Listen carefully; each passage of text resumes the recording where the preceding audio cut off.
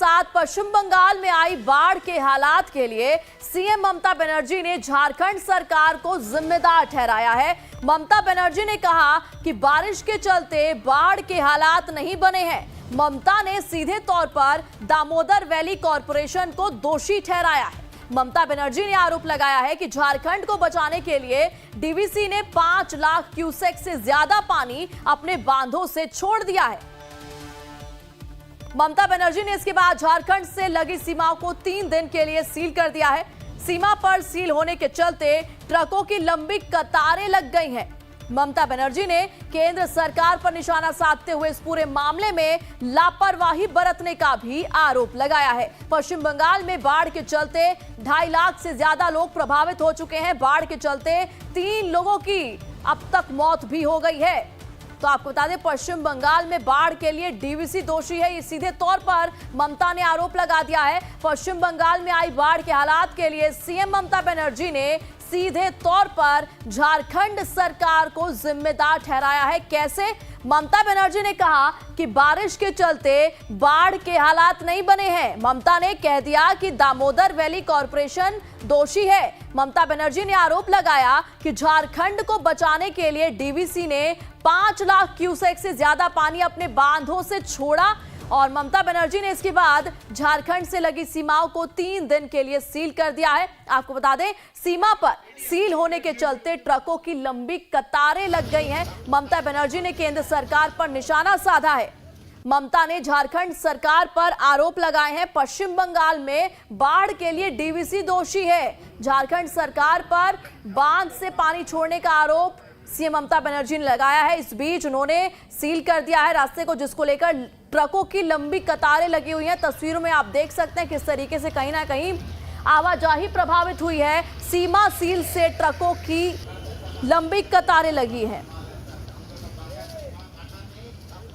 इस खबर पर आगे की जानकारी के लिए हमारे साथ रांची से हमारे संवाददाता राजेश तोमर जुड़ चुके हैं। राजेश, पश्चिम बंगाल में देखिए जो बाढ़ के हालात, उसके बाद अब सीधे तौर पर ममता बनर्जी ने झारखंड सरकार पर आरोप लगा दिया है कि पानी छोड़ा गया बांध से, जिसके बाद सीमा भी सील कर दिया ममता बनर्जी ने। इस वक्त क्या हालात है, क्या दिक्कतों का सामना करना पड़ रहा है सीमा के सील होने के बाद?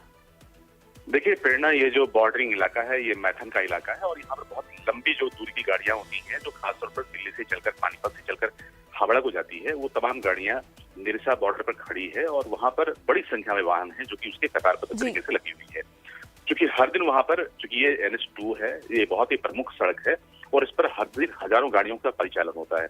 जाहिर है कि बंगाल के जो बॉर्डर है उसको सील करने के बाद ये गाड़ियों का कतार खड़ा हुआ है और पूरे अगर प्रकरण को आप देखें तो 2-3 दिन पहले से इस बात को लेकर यहाँ पर एक गतिरोध था और बराबर वहाँ पर जो बंगाल की सरकार है कह रही थी कि जो पानी है वो पानी को नहीं छोड़ा जाए, जबकि जो मैथन डैम है बहुत ही बड़ा डैम है और उसके पानी अधिक वर्षा होने की वजह से छोड़ना झारखंड की मजबूरी थी। लेकिन कहीं ना कहीं थोड़े कोऑर्डिनेशन की कमी रही। जो बांध खोले गए उससे जो बंगाल के निचले इलाके थे वहां पर डूबने जैसी स्थिति हो गई। इससे ममता बनर्जी थोड़ी नाराज हुई और उन्होंने पहले ही अल्टीमेटम दिया था कि अगर पानी छोड़ा गया तो वो झारखंड के बॉर्डर को सील कर देंगी।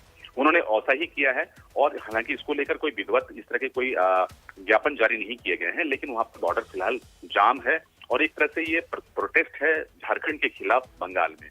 लेकिन जिस तरह से ममता बनर्जी ने यह फैसला लिया है और जो बातें सामने आ रही हैं, तो भारत में फेडरल सरकार में अलग अलग राज्यों की अलग अलग बाध्यताएं होती हैं, लेकिन जिस तरह से वहां पर की गई हैं, जाहिर है कि इस कार्रवाई से झारखंड के जो व्यापारी हैं, जो आसपास सटे लोग हैं, जो वहाँ के राहगीर हैं, जो उस बॉर्डर को क्रॉस करना है, उन्हें परेशानियों का सामना करना पड़ रहा है। तो जाहिर है कि वहाँ पर विरोध भी अब वहाँ पर उठने लगे हैं। यही मेरा अगला सवाल है राजेश जी, इस वक्त पश्चिम बंगाल में बाढ़ के बाद हालात किस तरीके से हैं? क्या कुछ सामान्य हुआ है? देखिए, जो निचला इलाका है जब बांध खोले जाते हैं तो वो प्रभावित होते हैं प्रेरणा, और वहां पर उससे इनकार नहीं कर सकते। अब सवाल है कि जब बांध खोले गए थे तो उन तमाम लोगों को उसकी सूचनाएं दी गई थी, उन जगहों को खाली कराया गया था। ये विभागीय तौर पर किया जाता है। अब झारखंड और बिहार के अधिकारियों के बीच में इस तरह के कोई तारतम्य बने, कोऑर्डिनेशन बने, इस बात को लेकर यहाँ पर फिलहाल कोई जानकारी नहीं मिली है। लेकिन ममता सरकार की तरफ से ये बार बार कहा जा रहा था कि अगर उस बांध को खोला गया तो वो झारखंड के बॉर्डर को सील कर देंगे, और आज ऐसा ही देखने को मिला है। सुबह से ही वहाँ के बॉर्डर को सील कर दिया गया और कोई भी गाड़ियां उस तरफ नहीं जा रही हैं। जाहिर है कि ठीक है राजेश जी, तमाम जानकारियों के लिए आपका बहुत बहुत शुक्रिया। तो बाढ़ के हालात के लिए सीएम ममता बनर्जी ने